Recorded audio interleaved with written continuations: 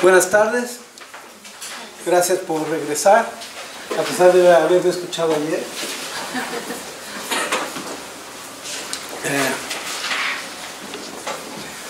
Entonces lo que voy a hacer en la sesión de hoy es continuar durante el primer periodo de una hora, menos de una hora, 40-45 minutos, exponiendo lo que traje preparado para ustedes sobre Roger Bartra, y después de la pausa empezaremos a hablar de primero de Thomas Brody. Trataré de abarcar lo más posible, y si no, ya mañana, la última sesión, retomamos con Brody y cerramos con las ideas que ha desarrollado mi colega Sergio Martínez.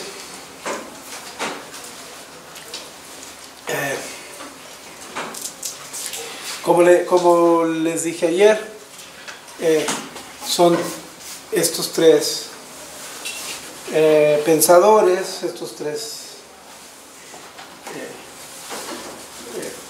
filósofos intelectuales mexicanos, una pequeña muestra de un ambiente mucho más amplio, más diverso.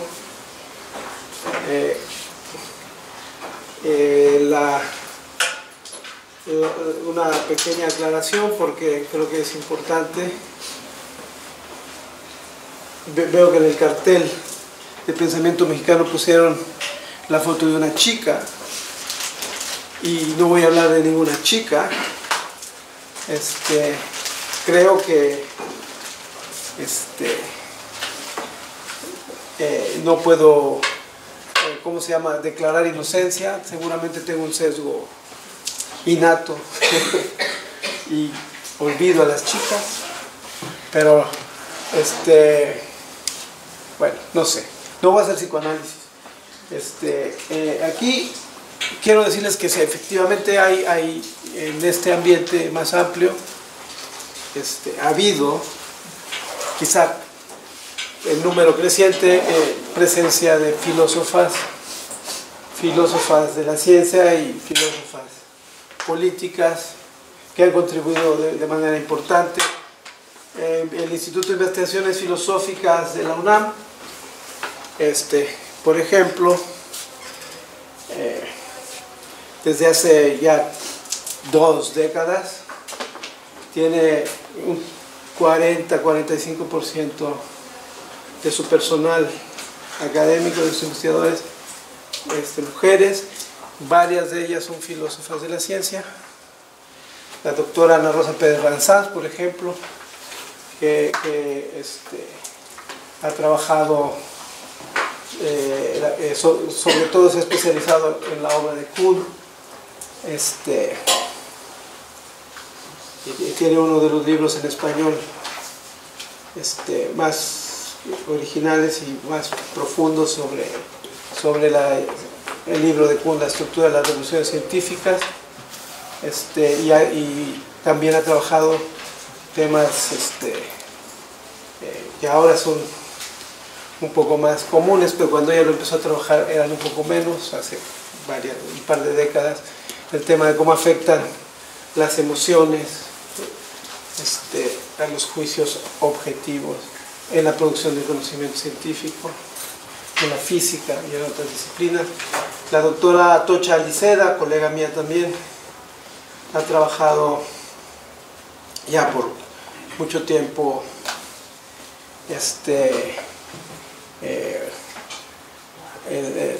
la filosofía de la ciencia desde el razonamiento formal, desde los modelos formalistas, para tratar de entender las inferencias científicas. Últimamente ha hecho un abordaje bastante interesante a la filosofía, en la filosofía de la medicina, las inferencias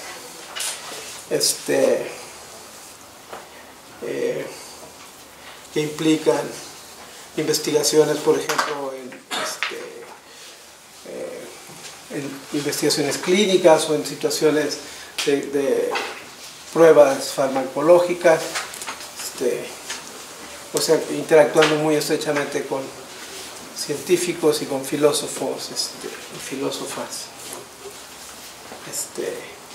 de esa área. Colegas de otros departamentos como Edna Suárez, Ana Barahona, podía hacerles una lista larga. Entonces debí haber incluido a una mujer, no lo hice, pido disculpas. Me fui un poco más por la temática, pero eso no es excusa. Y qué bonito póster, por cierto.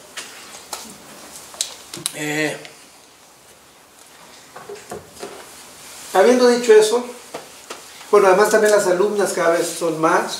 O sea, hay un fenómeno que creo que es mundial, que es que cuando yo empecé a estudiar no se daba tanto, ¿no?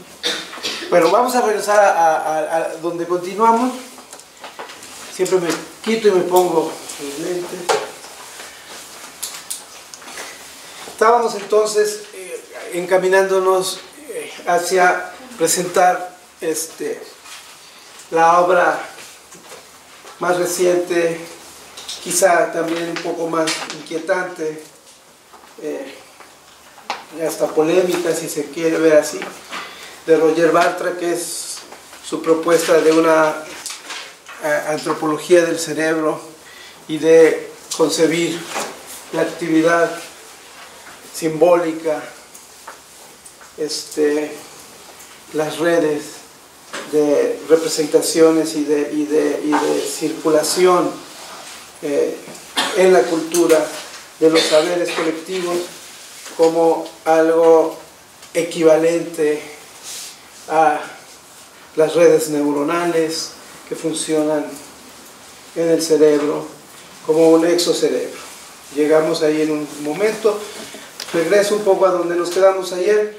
Bartra, como decía en sus libros, en una larga sucesión de libros, explora y ramifica sus indagaciones sobre lo mexicano, sobre la ideología o las ideologías, las representaciones simbólicas que estructuran la manera de ser de los mexicanos y la dialéctica que hay entre lo que se escribe y lo que se vive.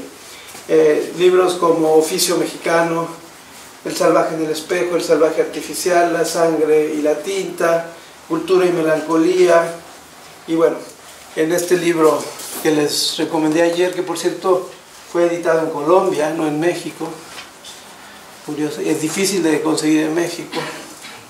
La próxima vez que vayan a Colombia aprovechen y cómprenlo, o si tienen un amigo allá que se los traiga.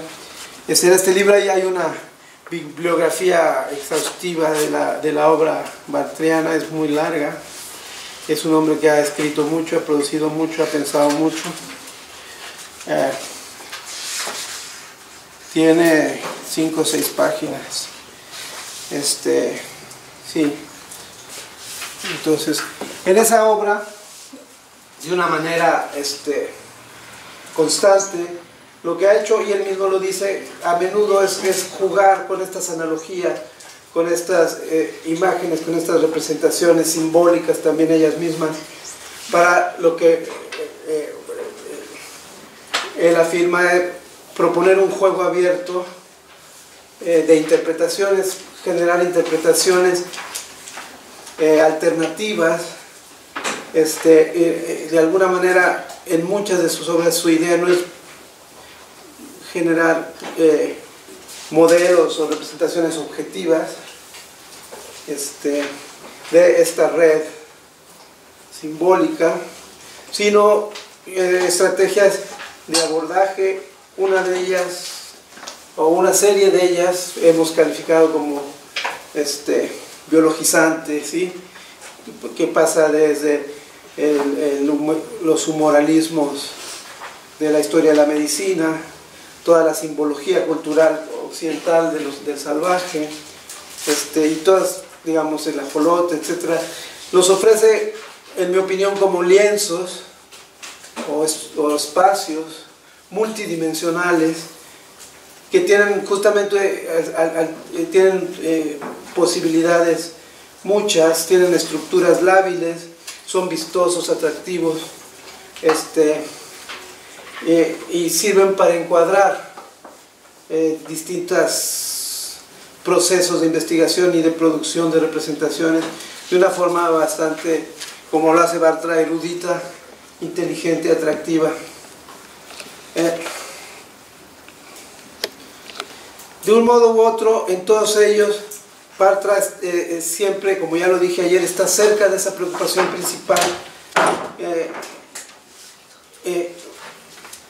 sobre las redes, ¿sí? Escribe que el corazón o cerebro melancólico, creo que esto lo leí ayer, del mexicano es la metáfora para referirme a ese conjunto de redes mediadoras imaginarias que aseguran la cohesión y la identidad de un sistema social. La melancolía le da a Bartra un tinte negro para sombrear, oscurecer, opacar, ensombrecer lo indígena, lo campesino, lo marginal, lo atrasado.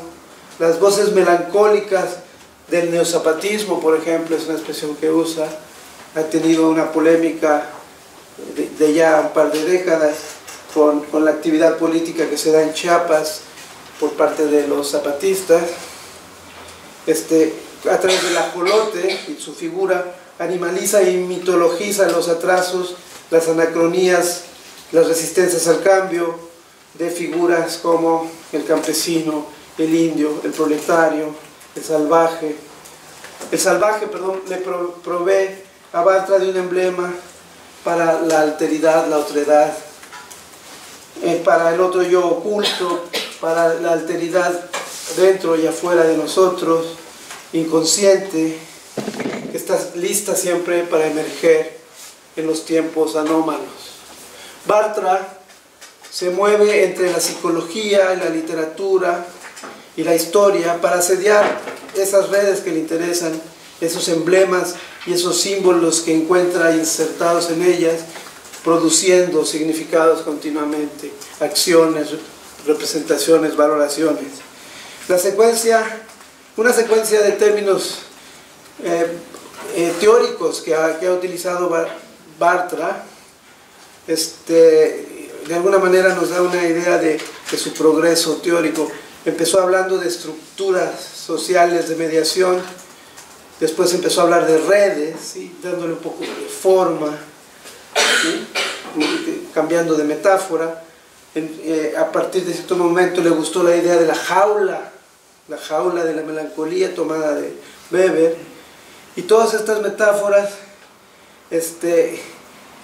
ganan y pierden continuamente lo que yo llamo agarre referencial, es decir, parece que están hablando de algo, pero siempre de una manera oblicua, de una manera abierta, ¿sí? La madeja con la que Bartra teje las barras de la jaula del mexicano es la acción de la ideología nacionalista decimonónica, los mitos europeos como la melancolía y el salvaje, el alma de los románticos, fundadores de la nación, fundadora de la nación, la anunciada presencia redentora de la ironía en el uso de la alegoría y metáfora de Bartra no siempre está en sitio. Es decir, él dice que le gusta ser irónico, pero no siempre es irónico.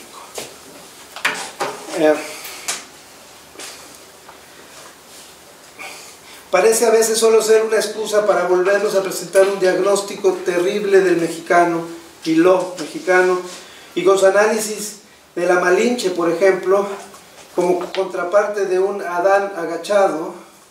La idea de agachado también es un tropo asociado al mexicano por autores. La Malinche como contraparte del Adán agachado que nos presentan los analistas del varón mexicano no parece muy irónica ni festiva. Se trata de la mujer que merece, estoy citando a Bartra, el mexicano inventado por la cultura nacional.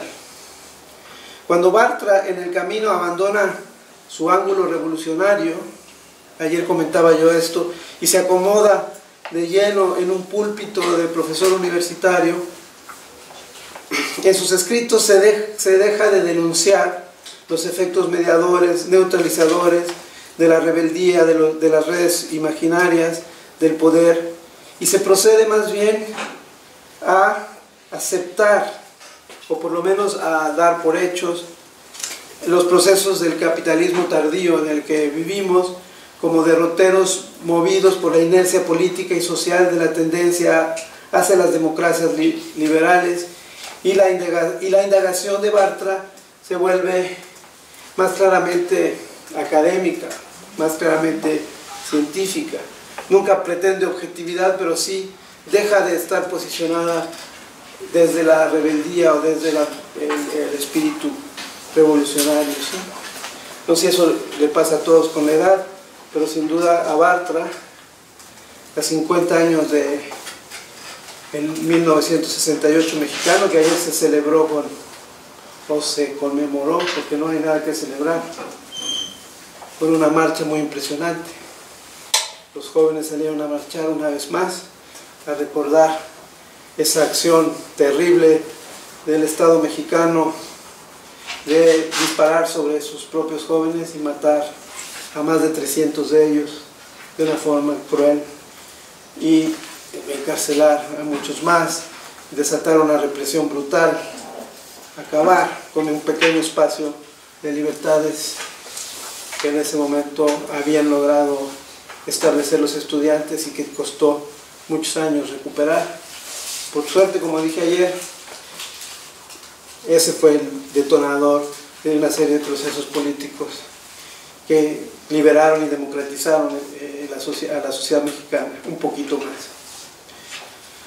Las sociedades humanas, individuos y grupos, para Bartra, viven embebidos en una trama de representaciones y actividades simbólicas que es necesario entender y describir científicamente, y sin cuyo diagnóstico se nos escapa una gran parte de lo que constituye la vida humana. Es decir, los humanos son su cuerpo, su ser, pero también su entorno, su circunstancia, y ahí está esa red de representaciones que le interesa.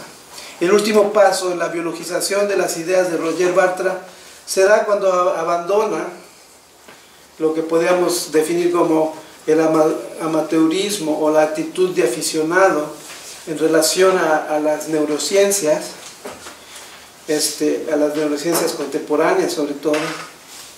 De alguna manera él hace una analogía entre su interés por varias décadas en cómo se representaban los estados mentales, los estados emocionales y los estados físico-corporales en la medicina moral. Tiene Bartra, por cierto, un pequeño programa de televisión dedicado a explicar la historia de la medicina moral, que creo que se puede consultar en la red, no estoy seguro dónde lo vi yo, si alguien me prestó un DVD o lo vi búsquenlo, a lo mejor lo encuentran. Un poco es él con su bata explicando, yendo en laboratorios y en museos, explicando cómo pensaban los médicos antiguos el cuerpo y sus funciones. Y bueno, de algún modo él explica que ese interés en algún momento lo llevó a ver cómo se representaban los mismos fenómenos, la locura, las pasiones, en la neurofisiología contemporánea. Se leyó todo, casi todo lo que puede leer un lego, es decir, y también muchas cosas directamente de los científicos, y en algún momento decidió incursionar más seriamente como participante activo en la interpretación de las funciones del cerebro humano. En su libro Antropología del Cerebro, tiene dos ediciones, una de 2007 y una revisada en el 2013, creo. Bartra expone una detallada y argumentada hipótesis sobre la existencia de un exocerebro prostático, es decir, como una prótesis, un poco en línea con algo que está ya muy difundido contemporáneamente, la idea del transhumanismo, ¿no? Pero este es un transhumanismo sin... Adelante, sí. ¿O quiere pasar? Es usted.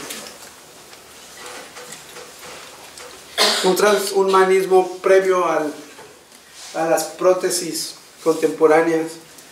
Más bien prótesis, es una prótesis, el exocerebro es una prótesis cultural que nace con la humanidad misma, como él mismo argumenta. Es una prótesis cultural que coordinada funcionalmente con el cerebro físico, con la mente humana, y que de alguna manera posibilita, ese es un poco todo su argumento en ese libro, que muchas de las proezas cognitivas que caracterizan a la cognición compleja, distribuida, veloz, eficaz, intersubjetiva, que trasciende espacios y tiempos delimitados. Su noción de redes simbólicas, mediadoras, acondicionadoras, moldeadoras de la identidad y modos de ser, se transfigura en esta obra en un exocerebro que solo en apariencia, él insiste, es misterioso. Él no piensa que sea realmente misterioso. El exocerebro es descrito con metáforas nuevas, quizá, y eso es algo que habría que preguntarle a Roger Bartra, qué tanto ha abandonado el abordaje metafórico, analógico, alegórico, y qué tanto está introduciéndose en un espacio más positivo, de afirmar que de hecho existen y de hecho actúan como circuitos extrasomáticos en donde vive la cultura simbólica.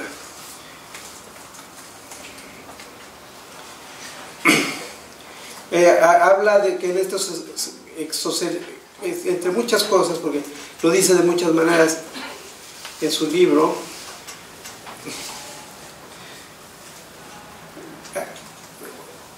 se activan impulsos, actividades eficientes que están ligados, imbricados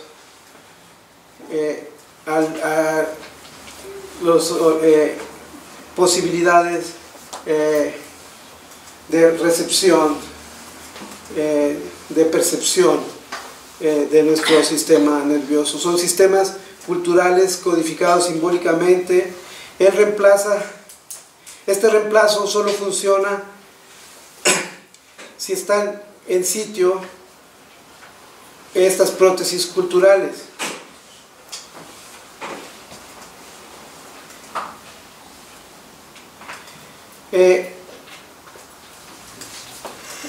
La idea de Bartra es que esta red es una suma de mecanismos compensatorios que posibilitan que los seres humanos estemos activos en el tipo de mundo en el que vivimos. Algunas de regiones del cerebro y algunos elementos de los insumos perceptivos estarían de alguna manera coordinados. Algunas regiones del cerebro habrían adquirido, es uno de, digamos, el subjuntivo es importante, una dependencia neurofisiológica de ese sistema de sustitución simbólica, de ese sistema prostático.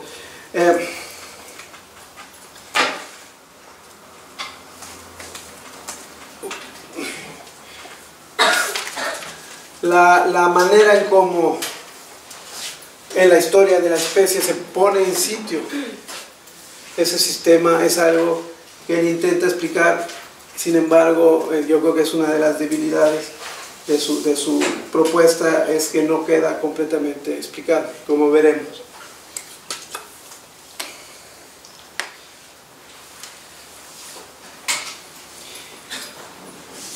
Para Bartra, este sistema de sustitución simbólica ligada a la actividad neuronal se articula a través de la generación de la especie, del hombre, de dependencias genéticamente definidas, de alguna manera que orientan nuestros órganos perceptuales y nuestros órganos cognitivos a interactuar con esa red. Hay un problema serio, y es un comentario mío como biólogo y estudiante de la evolución, que nunca define claramente con la forma en que pudieran coevolucionar y corresponderse las redes internas y esta red externa que él postula, red externa postular. Para mí obviamente hay un tema que Bartra no trabaja, que es el tema, o no trabaja lo suficiente, podría hacerlo, que es el tema de cómo se van poniendo en sitio en un ciclo de vida singular estas conexiones de las que él habla. Cuando hablo de un ciclo de vida singular es cuando me refiero a el desarrollo, ¿sí? El desarrollo embriológico, el desarrollo de las capacidades bioculturales durante el crecimiento, las influencias que tienen los individuos en su entorno inmediato, en su cultura, y cómo estas de alguna manera moldean las disposiciones y orientan las percepciones y las interpretaciones de los estímulos externos. Esto,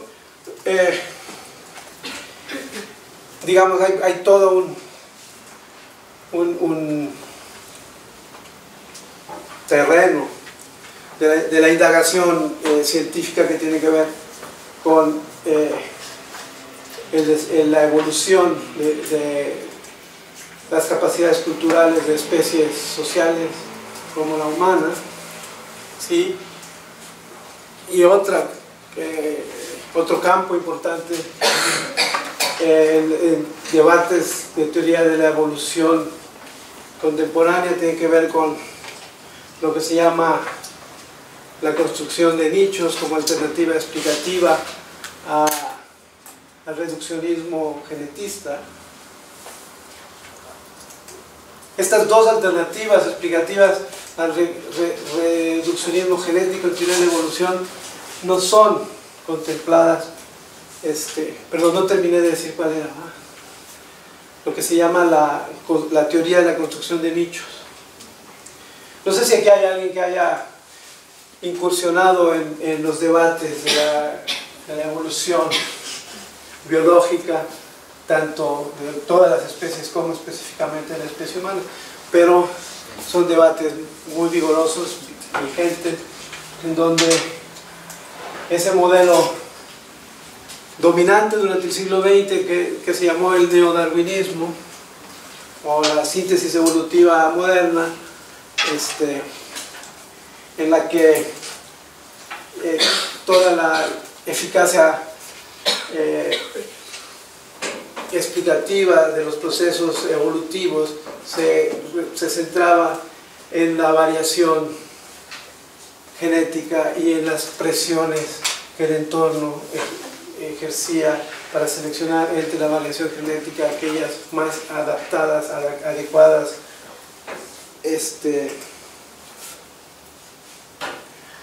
Ese modelo ha sido complementado y cuestionado con modelos en donde se concibe la construcción de cada organismo vivo como una construcción compleja en donde el elemento genético solo explica parcialmente algunas de las desarrollos, algunos de los efectos, pero es necesario complementar con procesos causales que convergen en el desarrollo, en el embriológico, en el desarrollo, y es necesario a su vez complementar con los efectos acumulados históricos de la relación de estos sistemas cíclicos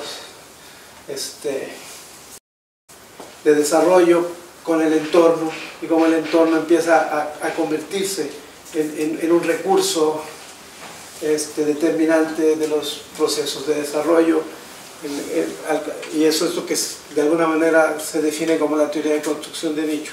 Hago toda esa excursión simplemente para concluir que la visión de la coadaptación del cerebro con el entorno de Roger Bartra en sus dos ediciones es muy simplista y puede dar la idea de ser casi como inverosímil, porque o sea, una correspondencia tan fina de lo que él llama redes culturales, que también ahorita nos preguntaremos dónde están y qué exactamente hacen, ¿sí? Con procesos de diversificación causal tan elaborados como los que dan origen a nuestra actividad neurológica cerebral consciente e inconsciente. Digamos, esa combinación resultaría como mágica, simplemente postulada como él suele hacerlo, ¿no?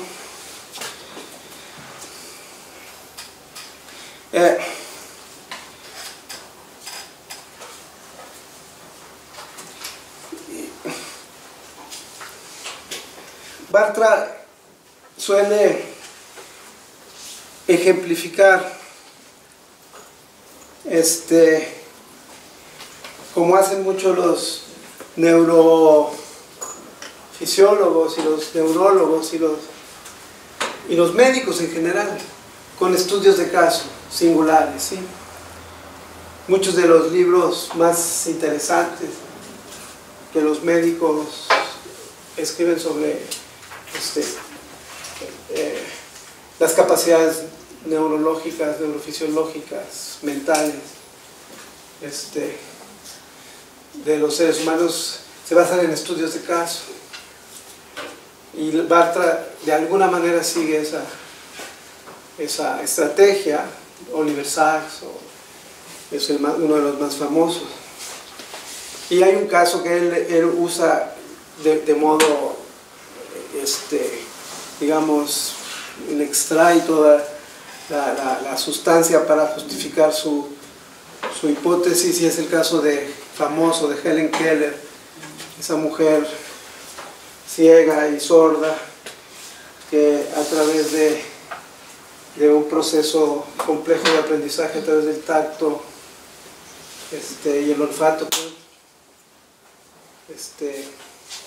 pudo comunicarse y adquirir una gran cultura y escribir libros, y a él atribuye a un proceso de embonarse a través de esos recursos limitados de los sentidos con un exocerebro que de alguna manera la humanizó. Es muy bonito ese capítulo, pero la interpretación que él da de qué ocurre con esta mujer es la que uno tendría que cuestionar, si es la manera de entender lo que ahí ocurre, ¿sí? Aparte de eso, cuando habla en general, Bartra adopta el mismo tipo de estrategias que muchos biólogos evolucionistas, más que biólogos, psicólogos evolucionistas, que les gusta desplegar narrativas en donde se especula situaciones en los orígenes de la hominización, cuando el hombre pasó de ser un animal a ser un sujeto de cultura, pasó de ser un individuo que vive de los instintos más inmediatos, más que un individuo, una especie, que vive con los instintos más inmediatos y sus recursos pobres, a adquirir disposiciones complejas, conductuales, emocionales, de representación. Entonces, digamos, esta idea de empezar a especular sobre situaciones hipotéticas, temporalidades de aparición de rasgos anatómicos y cerebrales, de aparición de rasgos culturales al mismo tiempo, que es una práctica muy común y muy cuestionada epistemológicamente, de alguna manera es un recurso al que Bartra acude. Ejemplifica con grupos de homínidos que pudieron haber hecho una transición hace 250.000 de años en África, ha sufrido una serie de cambios rápidos en la estructura, configuración y tamaño de su sistema nervioso central, presionados. Él usa la figura del sufrimiento por una situación de sufrimiento, de necesidad de salir de una especie de opresión del entorno y de algún modo la producción de esta alternativa simbólica para poder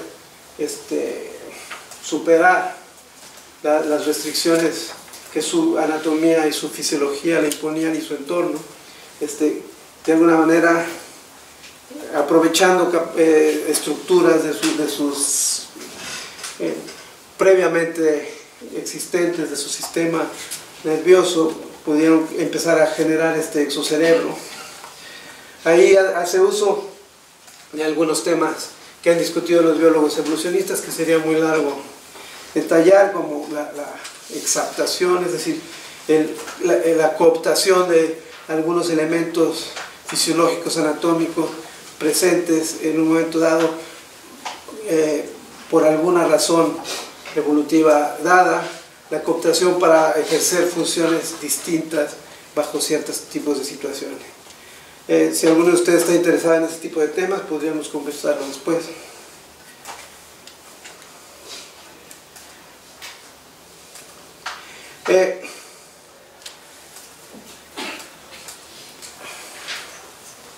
Entonces, bueno, básicamente lo que Bartra nos está proponiendo es que hay una co-construcción de una red de apoyo simbólica que da como resultado una potenciación enorme de las capacidades humanas de cognición, de procesamiento de información, de adaptación al entorno, una plasticidad, en fin, que muchos de los aspectos de la especie humana que ya conocemos.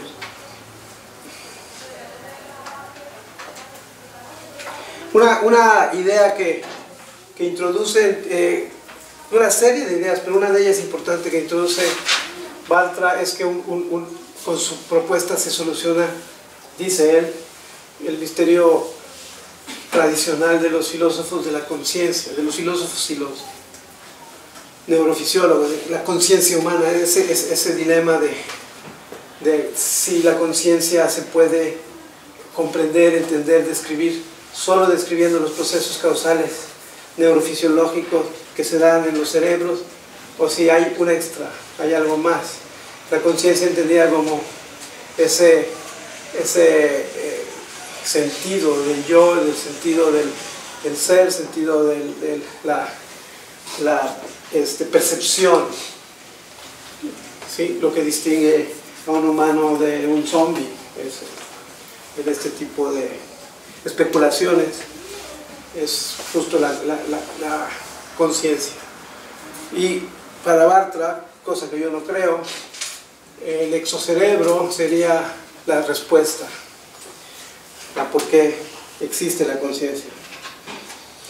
Hay muchos otros fenómenos atractivos y extraños que nos provee la neurofisiología experimental y la patología contemporánea, que recorre Bartra y que pone en relación con su hipótesis del exocerebro, y siempre insistiendo que incorporando su hipótesis entendemos mejor en la memoria, las emociones, la empatía, en fin. Roger Bartra afirma haber explicado la conciencia con su postulación de circuitos endocerebrales en los que lo simbólico cultural induce a aquello que falta a la explicación puramente neurofisiológica. Ese plus que los filósofos han estado buscando fenomenológica o psicológicamente lo provee el antropólogo cultural al brindarnos, revelarnos la existencia de esa prótesis, esa red simbólica que todo el tiempo estuvo ahí pero que no veíamos.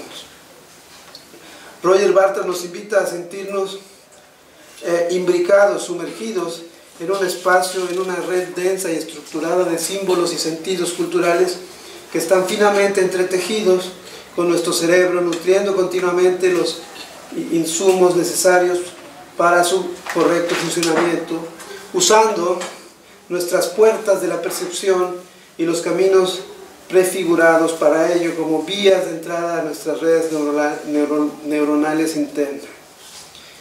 Quedan muchas preguntas por hacer sobre ese exocerebro, su identidad, su funcionamiento. Es uno solo, hay muchos exocerebros, tiene fronteras, lo compartimos todos los seres humanos, o solo unos poquitos, o hay un exocerebro distinto cada vez que hay un grupo distinto congregado. Es decir, preguntas de cómo caracterizar ese objeto que él trae al mundo o replantea. Nadie duda de la eficacia de la cultura y sus complejos tejidos de representaciones para acompañar, sostener, posibilitar la sofisticada vida moderna y la vida de cualquier sociedad, también vidas menos complejas. Pero esa es una pregunta que yo me hago. ¿Es esta, el exocerebro, la mejor descripción de su forma y acción? ¿Es así, como describe Bartra, como actúan en nuestra cultura las bibliotecas o las memorias de las computadoras o las tradiciones o las prácticas distintas que compartimos? Es decir, esa es la forma más justa de representar la cultura. A mí me interesa esta actividad teorizante de Roger Bartra porque nos da un buen objetivo de crítica epistemológica de la ciencia, ¿sí? Él de algún modo ha hecho un esfuerzo muy loable de producir una hipótesis evaluable, ¿sí?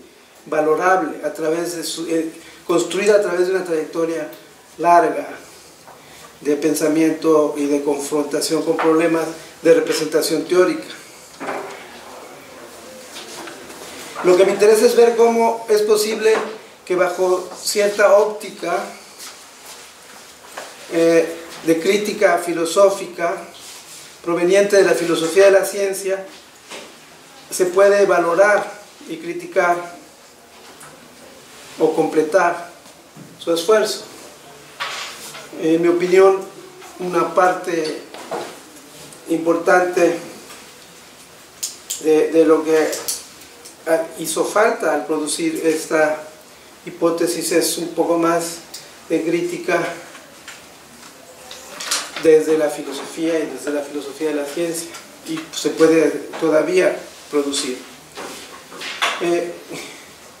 Una frase como una que le gusta usar a Bartra: la conciencia no ocurre totalmente fuera del cerebro.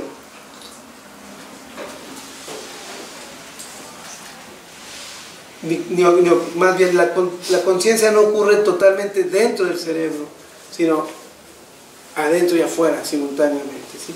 ¿Qué puede significar? ¿Sí? ¿Cómo es que se articulan el adentro y el afuera para producir ese fenómeno? ¿Sí?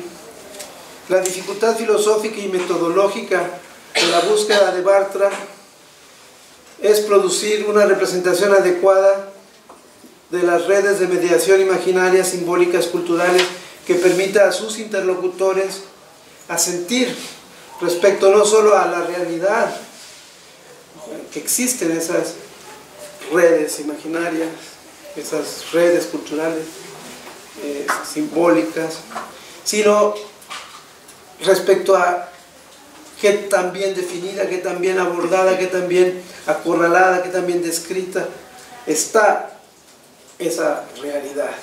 Porque algo puede tener realidad, pero podemos tener una muy mala descripción de algo que existe, ¿no? O una descripción a medias, un abordaje defectuoso que no nos permite realmente lidiar de formas significativas y útiles con eso que estamos proponiendo como real. Es muy común en las ciencias sociales y en otras disciplinas postular constructos que representan objetos.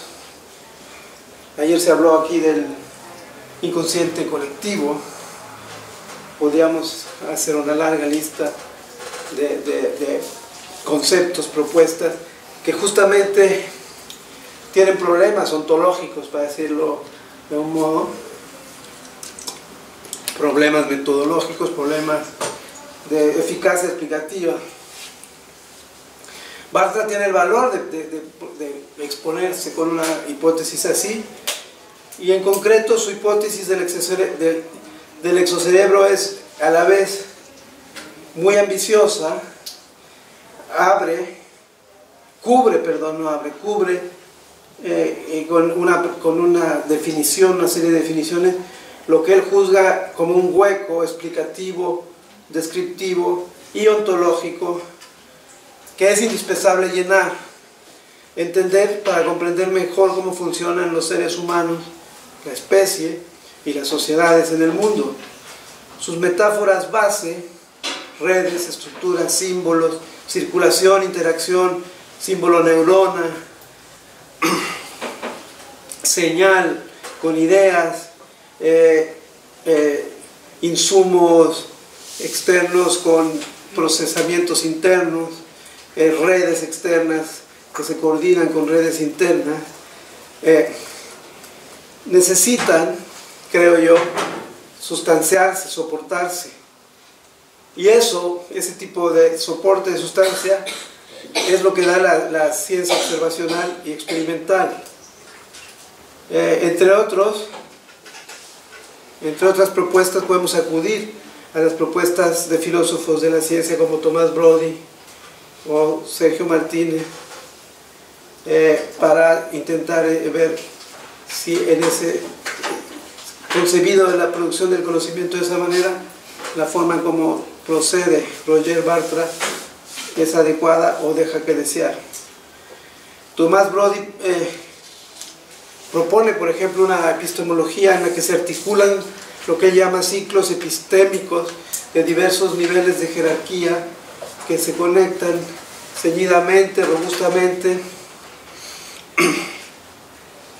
y en la que estos ciclos epistémicos, hablaremos de ellos después, de distintos niveles más teóricos, niveles más prácticos, observacionales, y niveles más técnicos, producen continuamente reajuste entre las representaciones, las acciones, las teorías, las hipótesis, los medios de acceso observacional y de intervención. Bartra utiliza mucha información, si leemos su libro El exocerebro y mucho de lo que ha escrito sobre eso, que extrae de las ciencias y disciplinas diversas de un modo bastante diestro, pero, y este es un poco un juicio que hago a partir de este tipo de filosofía pragmática de la ciencia, no articulado aún de modo ceñido en ciclos epistémicos adecuados su noción de exocerebro y su noción de cultura. No es que otras explicaciones de lo cultural, la evolución cultural, no tengan problemas semejantes, y podríamos hablar de otras hipótesis que circulan, más conocidas algunas de ellas, pero en esta ocasión nos ha tocado hablar de Roger Bartra. Antes entonces de pasar a los otros autores, me gustaría abrir una sesión de preguntas, comentarios, para luego hacer una pausa. Sí, tú, luego tú. No sé, ¿cómo te llamas? Yo, Liliana. Liliana. Yo te quería comentar, bueno, son tres cosas rápidas. La primera respecto al ajolote que hablabas ayer.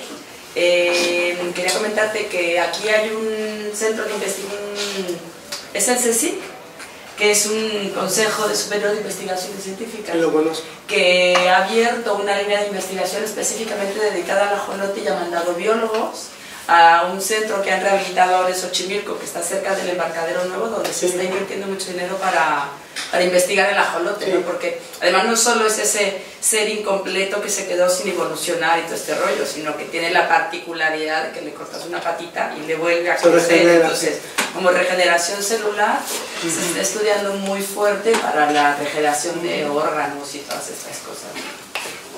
La otra cosa que te quería comentar era respecto al exocerebro. En tecnología, te vas a morir de la risa probablemente con lo que te cuente, ¿no? Pero rescatando los comentarios que has hecho de Bartra respecto a lo que él considera que es el exocerebro, porque yo aquí me apunté unos cuantos, ¿no?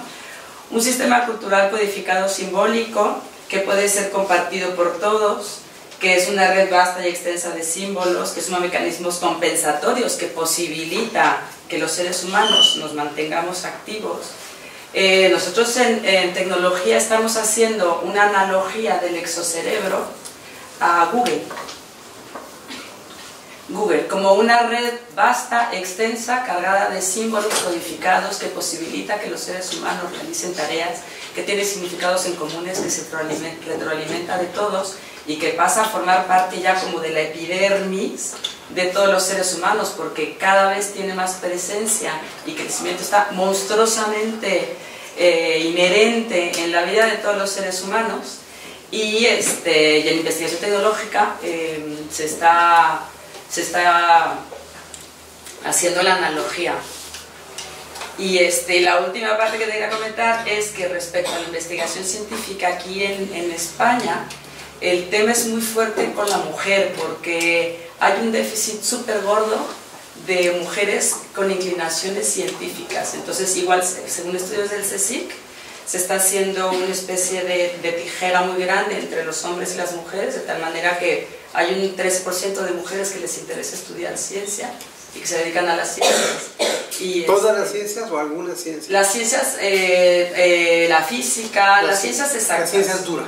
Las duras, sí, las cosas, la física, la química, la cuántica, la biológica, todas lo que es ¿la biología también? Y ha habido una crisis muy fuerte aquí en España, porque a raíz de la crisis del 2008 para acá, España tuvo una fuga de cerebros muy fuertes, o sea, tan solo en ingeniería, 200.000 ingenieros españoles se fueron a vivir a Alemania. Entonces se quedó, vamos, que está muy fuerte el tema de investigación científica aquí en España. Hay muchas campañas para reforzar. Y ya. Muy bien, pues muy interesantes todos tus comentarios. El último, pues nada que decir, que salvo cierta sorpresa de que porque según yo la tendencia había sido constante de que cada vez se incorporaban más mujeres en proporción en las carreras técnico-científicas, siempre quedando un poco detrás la ingeniería o las físicas, sí, la computación, esas cosas, pero no tanto, según yo.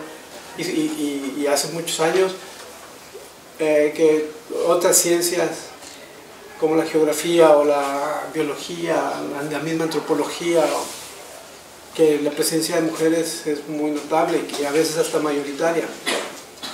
En mi propia universidad, hace muchos años, está ocurriendo eso, ¿no? Pero quizá esta crisis que mencionas cambió la tendencia, no sé, tú me contarás. Sobre el Google y el exocerebro es interesante porque eso de las cosas que Bartra ha empezado a usar como ejemplo. Justo yo lo que creo es que la metáfora es una cosa y la hipótesis científica de una coordinación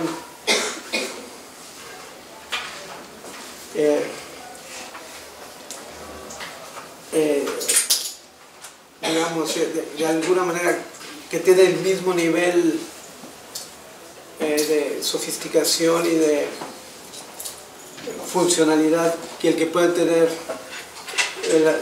las distintas partes del cerebro que se coordinan entre sí vía mecanismos biológicos, o distintos órganos que se coordinan entre sí, que sea parecido y que de algún modo él un poco habla de que hay una especie de continuidad, que no hay, que es artificial hablar de una ruptura cualitativa o ontológica entre el interior y el exterior. Digamos, yo es donde me confundo porque, o sea, yo no tengo ningún empacho en reconocer que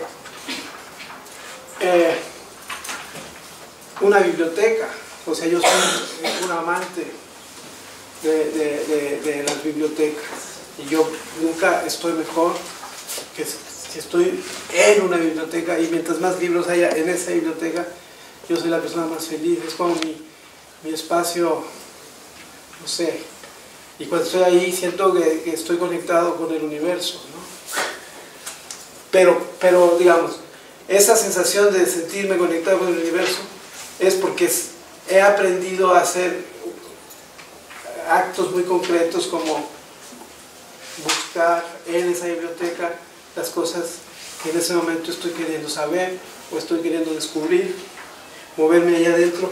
Y ese aprendizaje fue un aprendizaje que me tomó toda la vida. No me pusieron por primera vez en una biblioteca y ya sabía yo qué hacer, ¿no? O sea, primero me relacioné con el objeto libro y luego en esa relación descubrir que de ahí, a través de ciertos actos que yo hacía, surgía un mundo. O sea, la pregunta es si el mundo está en el libro o yo lo hago surgir a través de mis actos interpretativos, sensoriales, emocionales, ¿sí? Entonces el libro es un posibilitador, de multiplicador de experiencias, ¿sí? Pero es parte de mi cerebro, ¿no? O sea, esa es un poco ¿en qué sentido lo es? ¿No? Si es una prótesis, eso lo reconozco. O sea, ¿qué tanto vamos a darle poder explicativo, causal, a eso? Y lo mismo pasa un poco con el Google, no sé, quizá ahí hay un dinamismo que rebasa cierta pasividad. Digamos, Google es como una biblioteca cableada, ¿no? Donde entonces puedes entrar a todos los libros y nada más ver una cosita y luego irte a otro. Te evitas el trabajo de caminar en los pasillos y buscar. Ya hay una máquina que lo hace por ti. Pero, no, si el debate es... No sé, entonces yo digo, la metáfora me parece muy rica, pero es una hipótesis científica. Esa es otra cosa. Entonces, bueno, a menos que vivamos en un mundo donde no hay diferencia entre metáfora y hipótesis científica, que es posible, filosóficamente lo podemos discutir. No sé si contesté todo lo que dijiste. No, sí. ¿Cómo te llamas, Juan? Diana. Yo tenía dos preguntas. La primera, si este libro o estas hipótesis de Bartra del exocerebro han sido, en primer lugar, si se han leído en el ámbito de las ciencias duras, o como sea que lo llamemos, o solamente han tenido un impacto en la filosofía de la ciencia, y en caso de que se hayan o sea, de que haya habido una recepción en ese otro lado, no sé cómo describirlo, ¿cuál ha sido la recepción? Esa es mi primera pregunta. Y mi segunda pregunta es si hay alguna puesta en común, no sé, algún estudio o algo así, entre estas hipótesis de Bartra y algunos de los trabajos de Wilhelm Flusser, que también aborda estos temas de la cultura prostática. No, no sé. Eso, es que ahora no, me vino a la mente, pero no lo tengo muy fresco porque hace un montón que estudié Flusser, pero yo me acuerdo que había cosas así como Flusser diciendo en la medida en la que cada vez más los dispositivos de memoria, como las bibliotecas o un archivo digital o la USB o el iCloud o lo que sé, sirven como depositorios de la memoria, entonces el hombre usará su memoria para otras cosas, ¿no? Ya no te aprendes de memoria el teléfono de tu casa, lo tienes en el teléfono, o cosas así, ¿no? El apellido de alguien, ni siquiera te tienes que aprender la cara de alguien, porque en el teléfono te sale la carita, o cosas así. Entonces, lo que no decía Flusser era ¿para qué íbamos a usar la memoria? Pero en ese sentido me preguntaba si hay algún trabajo que ponga en común a los dos autores, porque me evocaba mucho. Tú lo puedes hacer. Tu primera pregunta. En el contexto de la UNAM y de digamos, las comunidades inmediatas, los neurofisiólogos y los filósofos cognitivos y las ciencias cognitivas, si saben ustedes, se han constituido una especie de territorio híbrido donde participan filósofos, gente que hace computación y modelación de redes neuronales y gente que hace experimentos y que le cablea el cerebro a animalitos o a gente. Ahí en ese espacio Bartra ha interactuado. Hay un filósofo neurofisiólogo conocido, José Luis Díaz, que ha discutido con Bartra y Bartra lo menciona y prologa sus trabajos. En el libro mismo ahí tiene algunas referencias a cartas que se ha escrito, polémicas con algunos autores canadienses. Habiendo dicho eso, yo creo que no mucho, o sea, no ha sido tomado en serio por la comunidad de gente que desde la neurología, neurofisiología, intenta conocer el funcionamiento cognitivo. Pero bueno, eso no es y tampoco tanto por los filósofos de la mente. Justo hace rato en la comida estaba hablando con un amigo filósofo, le dije que iba a hablar de ese libro, me dijo, yo lo dejé a la mitad. Como que algo no le convenció, ya no me dijo qué. Dije, bueno, me dijo él, ¿no?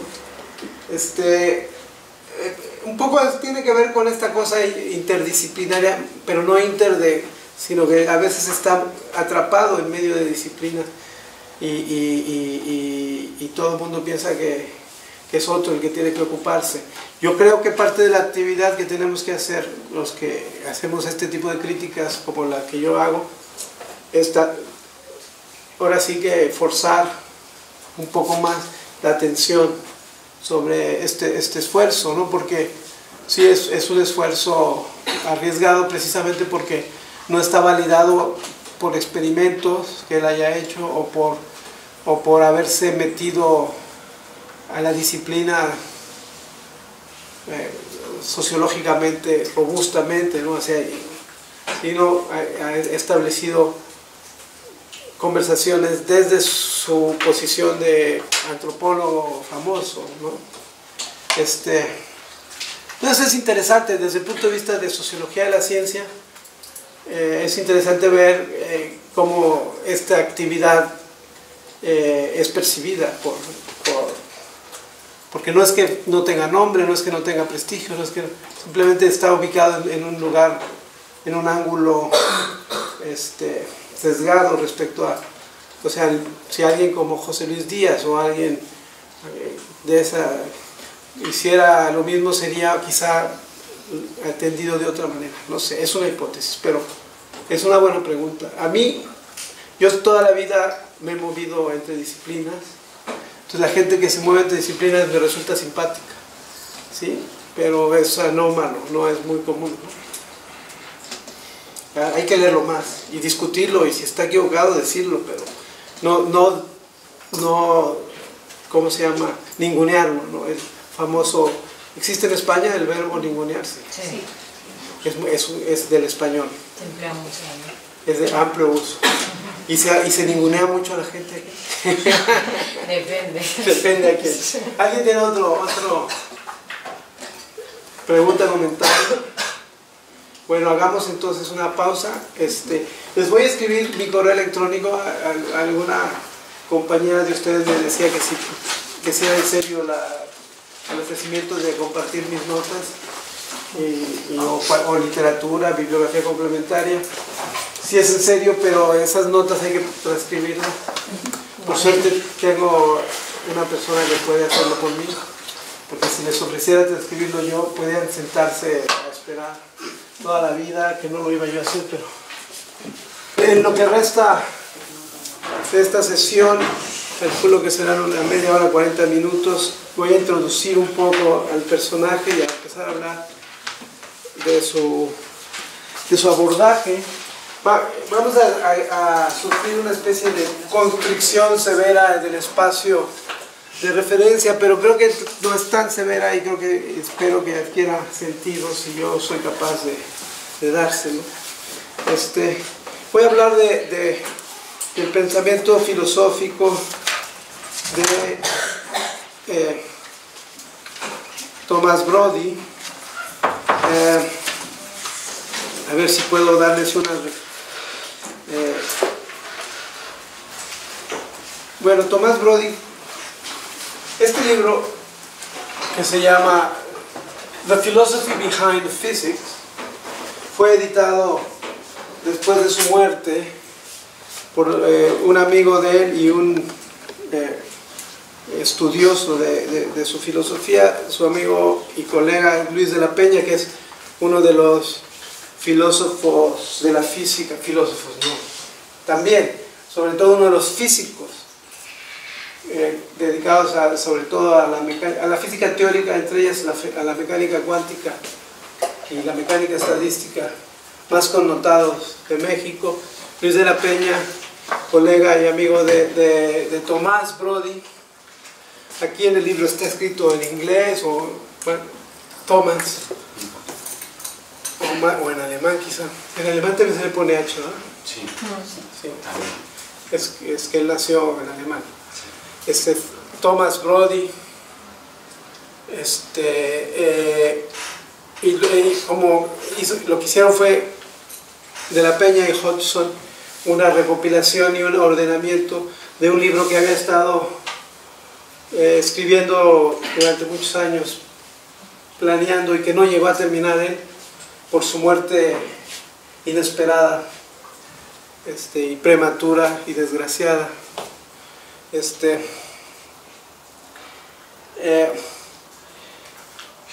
Brody era un ingeniero y físico experimentalista que llegó a México joven, habiendo nacido en 1922, o sea, es 20 años antes que Roger Bartra. Trabajó muchos años en física nuclear, en teoría de la probabilidad, en inteligencia artificial, en métodos computacionales, y fue un físico experimental notable, ¿sí?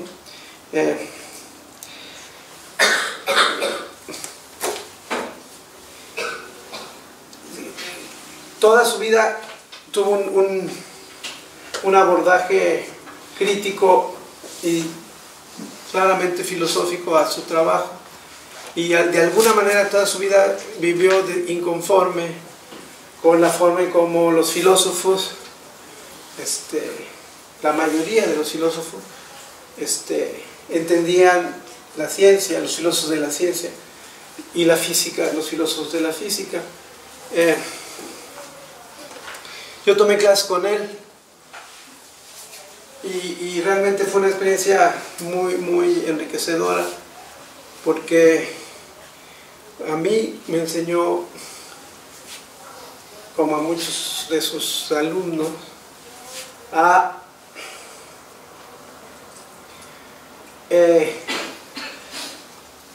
entender las teorías científicas, las representaciones abstractas, los modelos, las hipótesis, lo que está en el lenguaje, como instrumentos que se perfeccionan, que se afinan, que se cambian, pero que de alguna manera no se tienen que endiosar ni se tienen que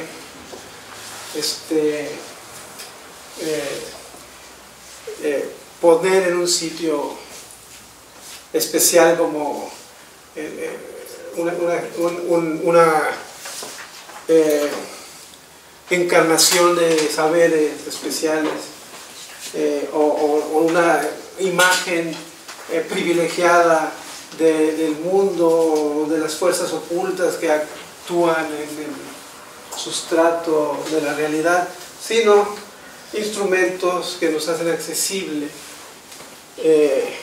la interacción, el contacto con distintos aspectos, sistemas, dominios, y que teniendo funciones diferentes no tiene por qué epistemológicamente ser privilegiados esos instrumentos de otros instrumentos, otras acciones, y de alguna manera esta visión y una visión de los conceptos como recursos intelectuales que siempre están articulados con el cuerpo, con las situaciones y con las acciones, y que se modifican si uno se cambia de espacio. Pues fue algo que yo aprendí de él. Otros maestros me habían dado otras visiones de la ciencia, de las teorías, de las hipótesis, de la práctica, de la relación entre teoría y observación, por ejemplo, y, en fin, y otro. Entonces, a partir de ahí y de realmente estar muy preocupado por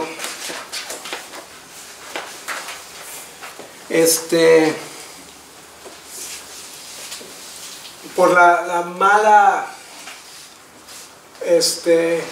relación entre la práctica filosófica y la práctica de la investigación científica, él siempre trató de hacer las dos cosas y hacerlas simultáneamente.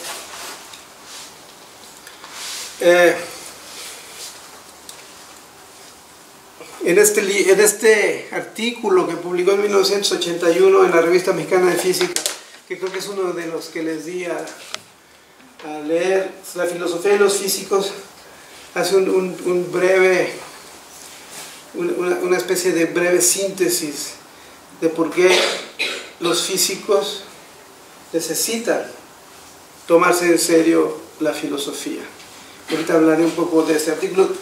Tengo una impresión que hice de más, si alguien la quiere llevársela para leerla hoy en la noche en su casa, y así yo no la cargo de regreso a México, o no termina en algún basurero de un hotel. Bueno,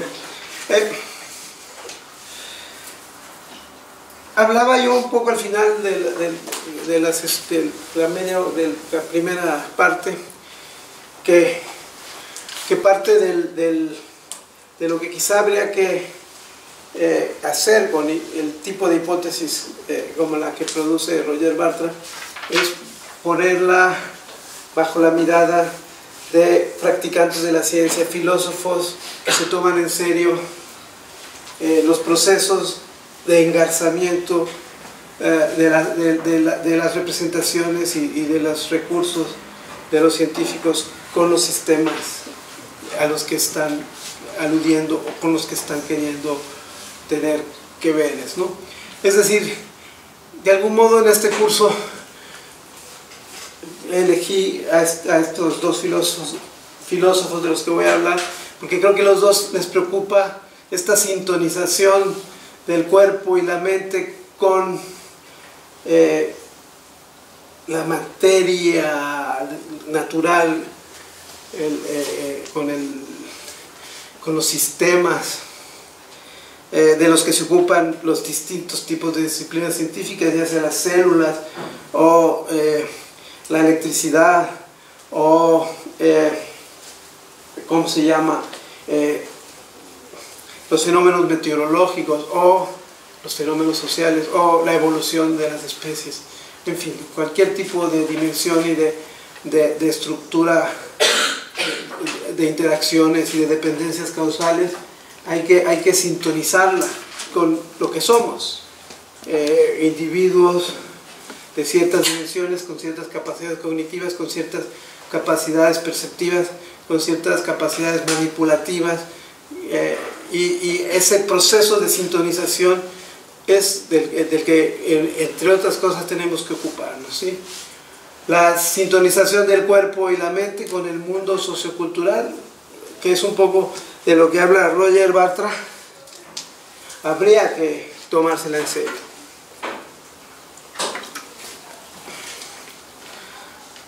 La propensión a la interadecuación entre los modos en que representamos, pensamos, imaginamos, hipotetizamos, describimos, modelamos, todas esas prácticas de alguna manera de la imaginación o del intelecto, la interacción y adecuación de eso con las intervenciones, ¿sí? Dirigidas o accidentales, organizadas o no organizadas con las materias bajo indagación. Algunas se pueden indagar directamente y toda la tradición experimental en la ciencia moderna es una larga procesión de prácticas de intervención. Hay un libro fundamental en la filosofía de la ciencia en donde de algún modo se puede ubicar ese giro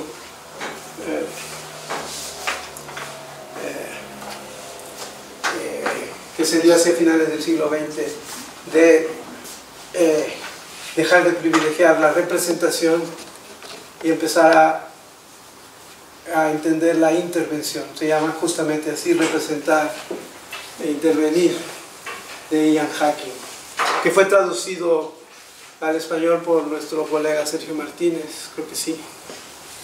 Y Ian Hacking es uno de los filósofos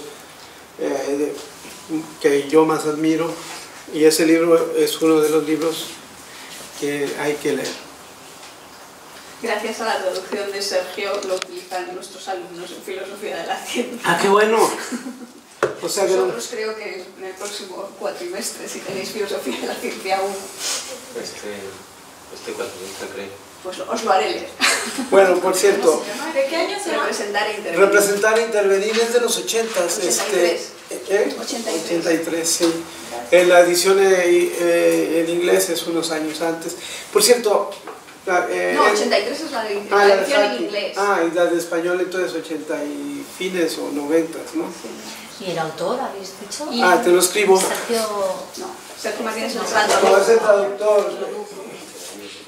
Es un filósofo canadiense, quizá el filósofo más importante que ha dado Canadá, no sé, no me atrevo a decirlo, pero... Ian Hacking, vale. ¿Eh? Ian Hacking. Ian Hacking, vale. Ya, es un filósofo que ha recorrido todo un universo de temas. Empezó escribiendo sobre la probabilidad. Bueno, empezó también desde la escuela de Nancy Cartwright y de Princeton, ¿no? de la filosofía, digamos, de la ciencia volcada hacia las prácticas. Y bueno, tiene libros muy importantes sobre, ¿cómo se llama? La filosofía de las matemáticas, filosofía de la psicología, historia de la probabilidad, ¿Qué otras cosas ha hecho? Bueno, muchas cosas. Googleenlo. Ya no tiene uno que... Doctor Google sabe más de lo que yo me puedo acordar ahorita. Pero ese libro hay que leer. Bueno, si algo sirve... Si de algo sirve la filosofía de la ciencia, creo yo, o algún tipo de filosofía de la ciencia de la que estamos hablando, es que orienta mejor a responder la pregunta ¿por qué funciona la ciencia? O sea, ¿por qué podemos hacer cosas con lo que los científicos hacen? ¿Por qué podemos intervenir, transformar, dirigir? Y ese por qué, que en una época se atribuía a las representaciones abstractas la verdad de las hipótesis y las teorías, el contenido de exactitud en la representación y cómo de ahí se podían entonces derivar predicciones, acciones, descripciones. En realidad, la respuesta para la gran mayoría de las prácticas científicas, no necesariamente para todas, es que es un proceso arduo de construcción de la interacción de lo que se piensa, o sea, entre el cerebro y la mano, pues, ¿no? Y es un proceso de ciclos, que es una expresión que va a usar Thomas Brody, ciclos epistémicos. ¿Por qué las prácticas de representación e intervención en porciones restringidas de la realidad natural, física o social tienen desenlaces adecuados y qué tipos de procesos de acción individual y colectiva llevan a esos desenlaces mejorables? La filosofía también quiere decirnos cosas trascendentes en relación a las ciencias.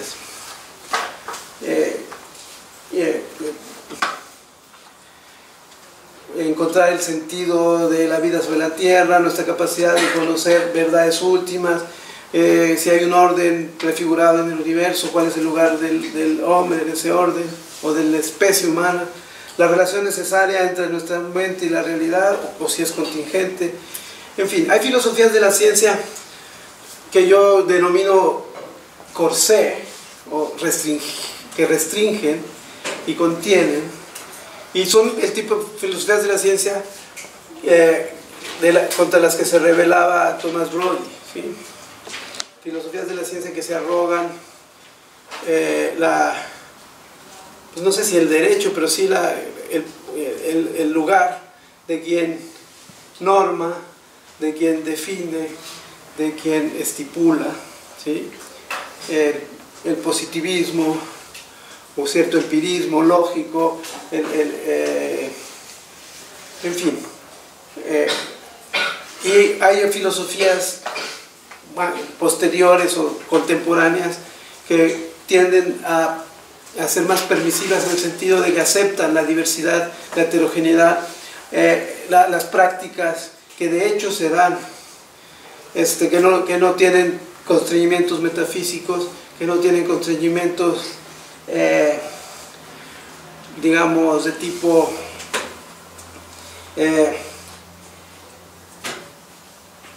a priorístico, epistemológico o de otra índole, ¿no?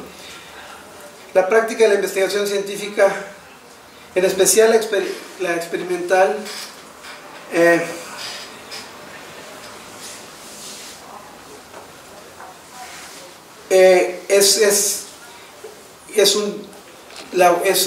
en sí misma un laboratorio de epistemología, ¿sí?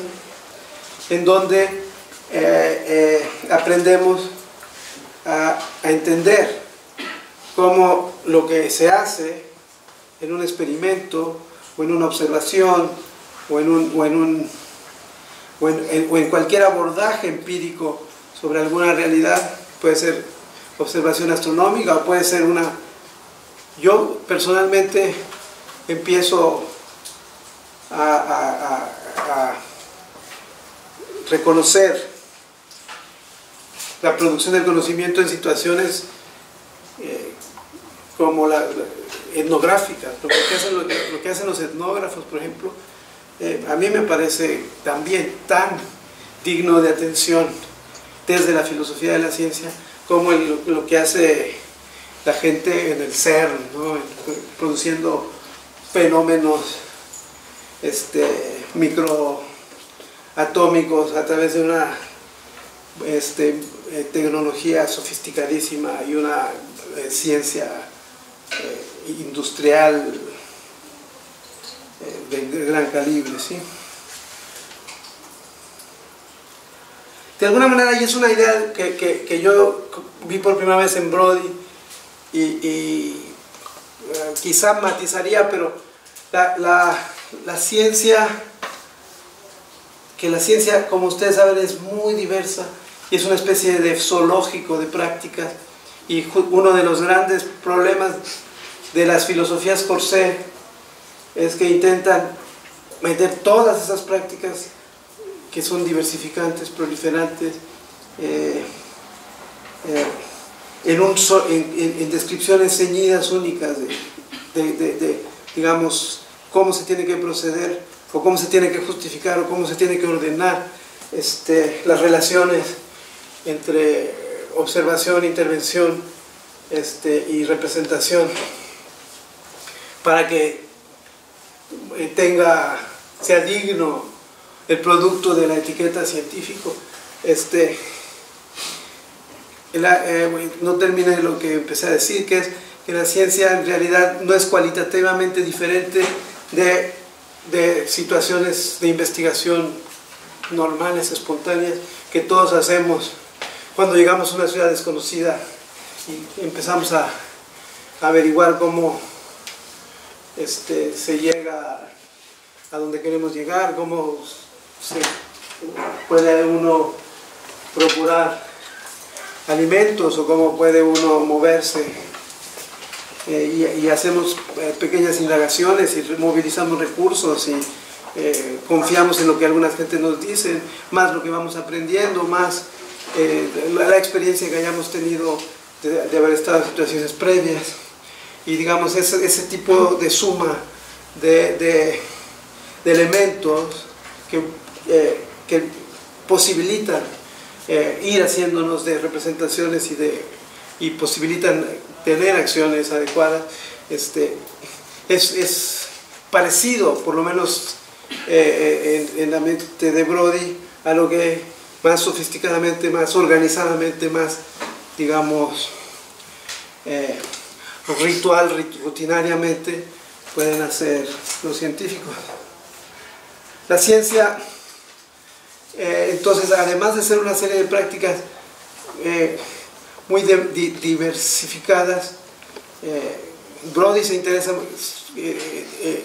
en hablar de su parcela, que es la física experimental, y él piensa que hay mucho que aprender, de conocer muy bien las distintas parcelas, pero una de las cosas es no querer que todas sean iguales, ¿sí? La investigación se hace por dominios o parcelas que están artificialmente recortadas. Eso para Brody era fundamental. O sea, ningún dominio, ningún sistema que aborde las ciencias es un sistema natural, que está dado previamente y que como quieren algunos filósofos, el observador va a recortar la naturaleza por sus naturales juntas. Por sus juntas, y que va de alguna manera a generar una representación mimética que captura todos los elementos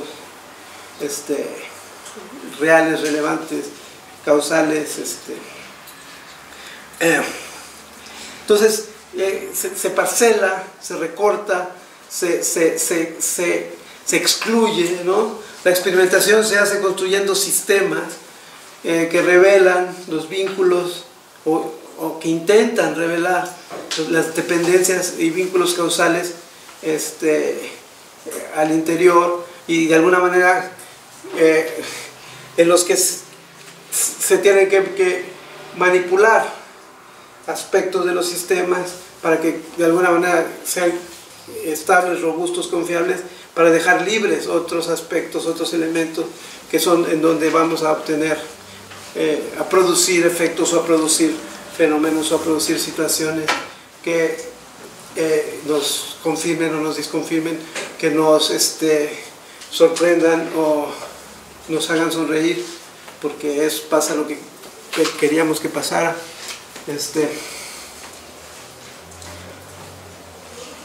Entonces, un tema continuo de la filosofía de Brody es insistir en los alcances, las limitaciones, la actitud modesta que tiene que tener cualquier practicante de la ciencia. Las teorías científicas se vinculan a su referente, hablando en términos filosóficos, a la realidad, a su dominio, sobre las que se proyectan a través de procedimientos que están ellos mismos en constante evolución, de procedimientos de articulación de experiencias, de medición, de manipulaciones, transformaciones. Hay un filósofo de la biología, que ayer lo mencionó Javier cuando me presentó, Hans-Georg Reinberger. No sé si lo conocen, lo han leído, pero yo cuando leo o releo algunas cosas que escribió Brody en los 80s, me recuerdan mucho lo que escribió Hans-Georg Reinberger sobre los sistemas experimentales en biología después, ya en los 80s tardíos y más bien en los 90s del siglo pasado. O sea, Reinberger irrumpió en la filosofía de la biología justamente compartiendo con alguien como Thomas Brody el hecho de que venía del laboratorio. Reinberger estuvo 15 o 20 años de su vida investigando sistemas biológicos, sistemas experimentales de bioquímica, mitocondrias, no, ribosomas. Ribosomas, ¿saben lo que es el ribosoma? Google. Porque no puedo hacer pequeñas digresiones sobre cada cosa, imagínense, no acabamos. Déjenme ver cómo andamos de tiempo, ya me estoy quemando el tiempo y todavía no entro en materia. Bueno, está bien como introducción. Reinberger, una de las muchas cosas importantes que hizo fue esta propuesta de cómo entender los sistemas experimentales en biología como sistemas dinámicos, como intervenciones en las que se articulan saberes teóricos técnicos previos y de alguna manera se estandarizan y se estabilizan para permitir que lo que él llama el objeto epistémico, que es un poco ese aspecto del mundo, de la realidad o de las interacciones, en su caso celulares, que estamos intentando acorralar y que nos permitan describir y definir y manipular adecuadamente ese objeto epistémico, permitirle conducirnos en la dirección adecuada, incluyendo y excluyendo lo que hay que incluir y excluir. De alguna manera en eso se parece a lo de Brody. Todo el tiempo las decisiones son sacrificar o aceptar lo que nos están diciendo los sistemas experimentales y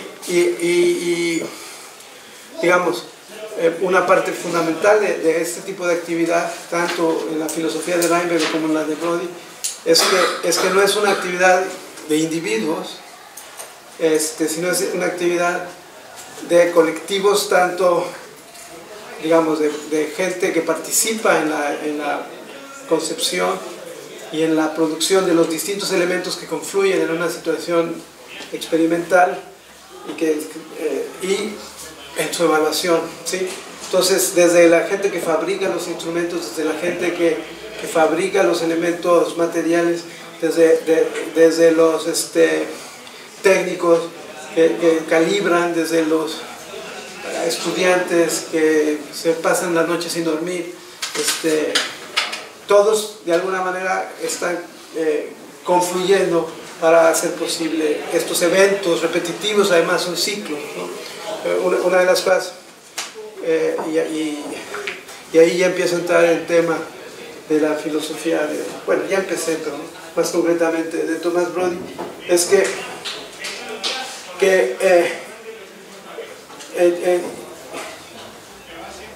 el conocimiento que tiene todos estos elementos se produce a través de ciclos epistémicos, se les llama así, y él insiste en llamar a su epistemología una epistemología activa, ¿sí? Es decir,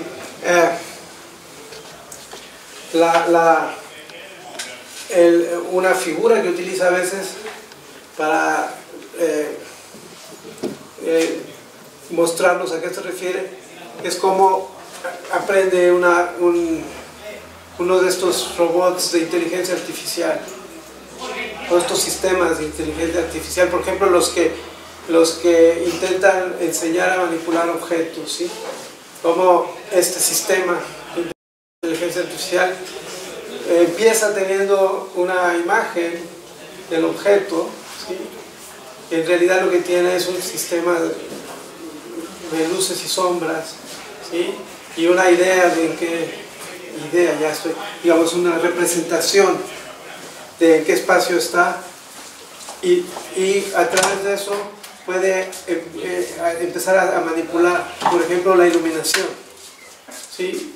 Para ver qué parte de lo que está en su registro es una sombra y qué es materia, ¿no?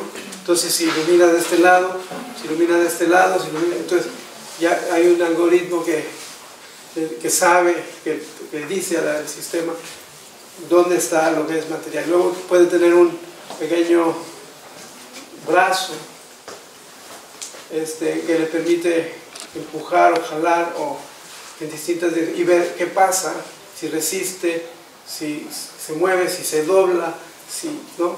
Y digamos, y todo eso, cada acción produce un ciclo, ¿no? Y ese ciclo de alguna manera va construyendo esta representación a partir de la cual la máquina inteligente va a aprender a interactuar con el objeto, ¿no? Digamos, ese es un modelo muy sencillo, pero de alguna manera, pensando ya en la práctica científica, este modelo, ¿sí? A su vez puede ser sujeto de ciclos complementarios, ¿sí? Información sobre la clase de materiales que se resisten, su comportamiento, su volumen, su peso, su densidad, son pequeñas teorías que ya existen, que ya están de alguna manera estandarizadas, ¿sí? Y eso es, digamos, son ciclos secundarios, que se llama Thomas Brody, ¿sí? Entonces hay ciclos epistémicos de alto y de menor calibre, por decirlo de alguna manera. La actividad cíclica de ciclos coordinados es esta epistemología activa que él propone. Los ciclos epistémicos, digamos, donde el teórico, el experimentador, perdón, está interactuando con representaciones teóricas de alto nivel, pueden a su vez articularse con otros recursos epistémicos,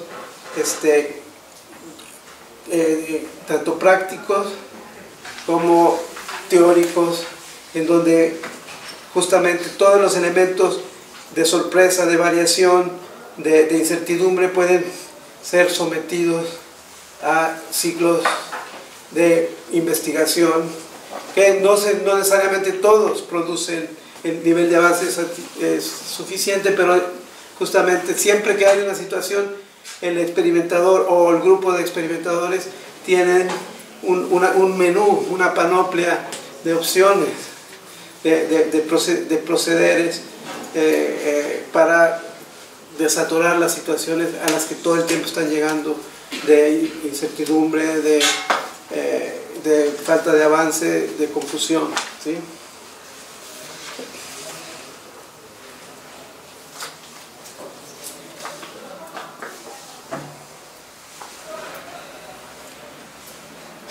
Hay una serie de virtudes de las que también hablará Sergio Martínez, pero que están incipientes o obviamente expresadas en los escritos de Tomás Brody, que es la idea de que hay criterios para ir juzgando si se está yendo en la dirección adecuada o se está yendo en una dirección disfuncional a la hora de ir reactivando una situación experimental, un sistema experimental. Cuando empieza a haber convergencia, robustez, empieza a haber confiabilidad en el comportamiento del sistema experimental, siempre y cuando no se elimine el elemento de sorpresa, porque si lo que empieza a haber es una especie de total predecibilidad, de alguna manera ya no hay un experimento, ya lo que hay es un aparato, ¿no? que puede o no ser robusto, pero lo que no es no es productor de sorpresa, de indagación, de avance, ¿sí? La relativa confiabilidad y robustez son las virtudes que van permitiendo consolidar ciertos ciclos representacionales, por ejemplo, ciertas ecuaciones, o ciertos ciclos experimentales, ciertos sistemas de instrumentos coordinados.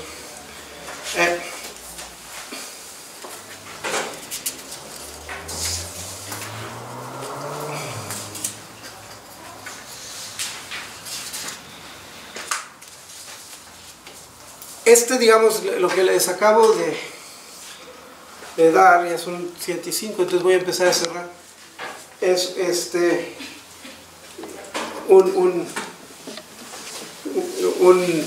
una pequeña nuez del estilo filosófico de Tomás Brody. Una cosa que a mí me resulta muy, muy interesante de su práctica filosófica es que Brody propone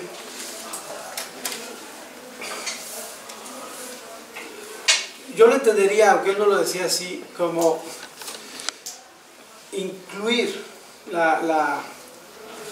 esta mirada filosófica sobre la práctica de la física en el practicante mismo, es decir, de alguna manera quizá como todos los seres humanos él quería que hubiera clones de Brody, o sea, individuos que como él se estuvieran preguntando por lo que está pasando cuando estamos manipulando una ecuación, ¿no? O cuando estamos manipulando un instrumento.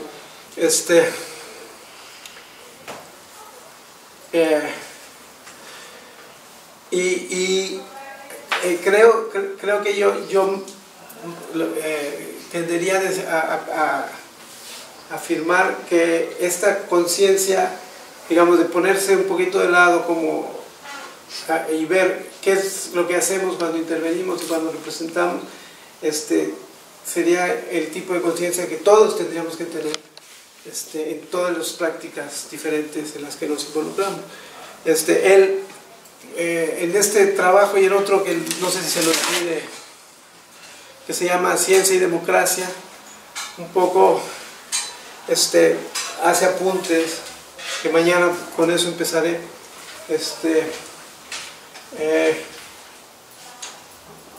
señalando por qué la modestia epistemológica que implica esta concepción de la producción de la ciencia es útil para entender las interacciones entre los humanos en muchos contextos, ¿sí? Este texto se llama Ciencia y Democracia y es una pequeña reflexión de por qué la forma en cómo cierto tipo de decisiones colectivas se toman durante el proceso de experimentación, producción y evaluación de la ciencia podría ser un modelo para las prácticas democráticas, por lo menos en contextos similares, no entre miles de gente, pero sí entre grupos pequeños interesados en producir el mismo tipo de resultados y en ir en la misma dirección, ¿no? Bueno, ahí termino para no extenderme hoy. Mañana entraremos en más detalle en la propuesta, las distintas propuestas filosóficas de Tomás Brody y después de Sergio Martínez. Les dejo de tarea pensar cómo usarían este tipo de ideas que hoy apenas esbocé para criticar a Roger Bartra, a ver si me ayuda. Bueno, ¿alguna pregunta o comentario? Yo tengo un comentario. Sí. No es una pregunta, es un comentario. No sé si tú has leído alguna vez a Goethe. Goethe. Goethe, sí. Sí lo he leído, pero no sistemáticamente. Pues la propuesta de Tomás Brody pues, me impresiona porque de hecho es alemán, al igual que Goethe, y tiene muchísima relación con la filosofía de la ciencia de Goethe. El hombre es el instrumento de la visión. Sí. Y es idéntico en esta idea de Brody cuando habla de que hay que aprender las diferentes parcelas y también en cómo el experimento es una actividad colectiva, pero es incluso más radical porque no solo quiere que aprendas esas parcelas de la ciencia, sino que también quiere que tengas una visión poética y literaria para poder visionar, por ejemplo, como decía él, el crecimiento de una planta.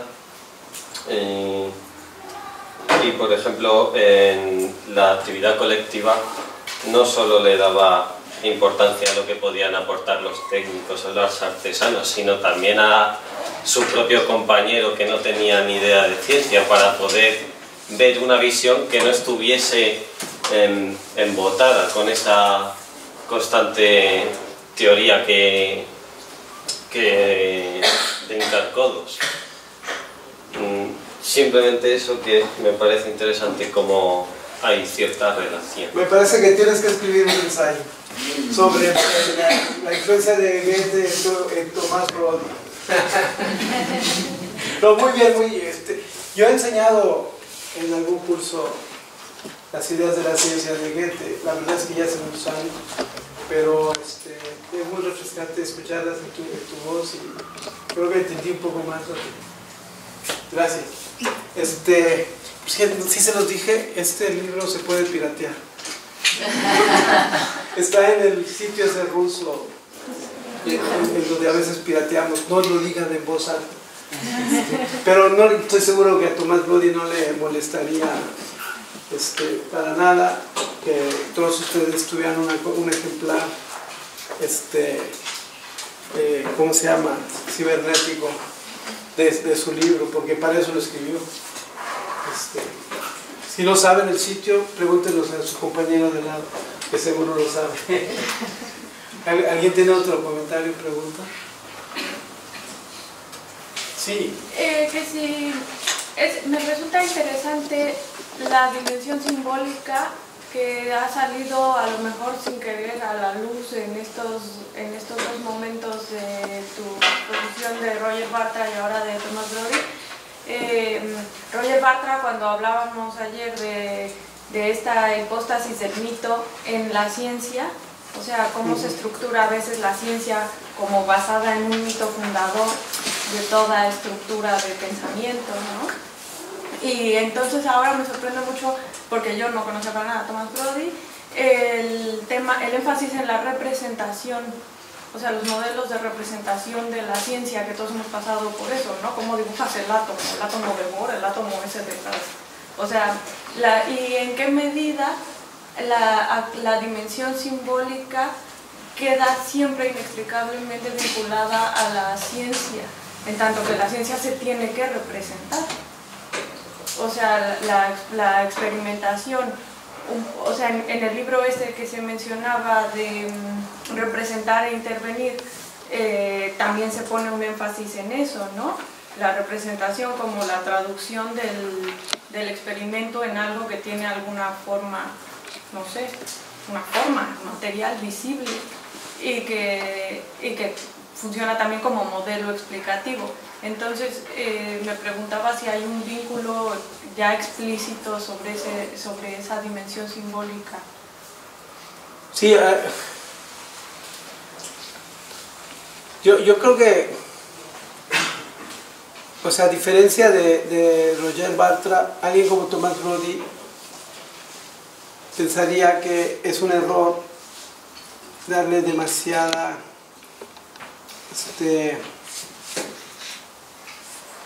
fuerza o eficacia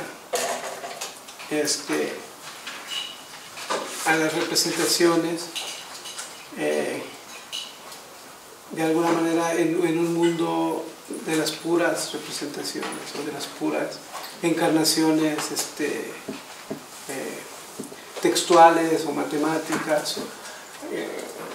O sea, una de las cosas que pasa mucho en la física teórica es una especie de endiosamiento no necesariamente de los procesos inferenciales en los cuales se utilizan símbolos y estructuras matemáticas, sino de los resultados, de alguna manera las ecuaciones fundamentales, las leyes expresadas en forma de relaciones matemáticas. Y para Brody, a pesar de que él entendía que se pudiera fetichizar eso, ver una gran belleza y una gran profundidad, él pensaba que si olvidaba uno el proceso material que estaba en el trabajo, pues, ¿no? Uno de algún modo estaba desencarnando el saber, ¿no? El saber tiene que acordarse que procede y que solo tiene sentido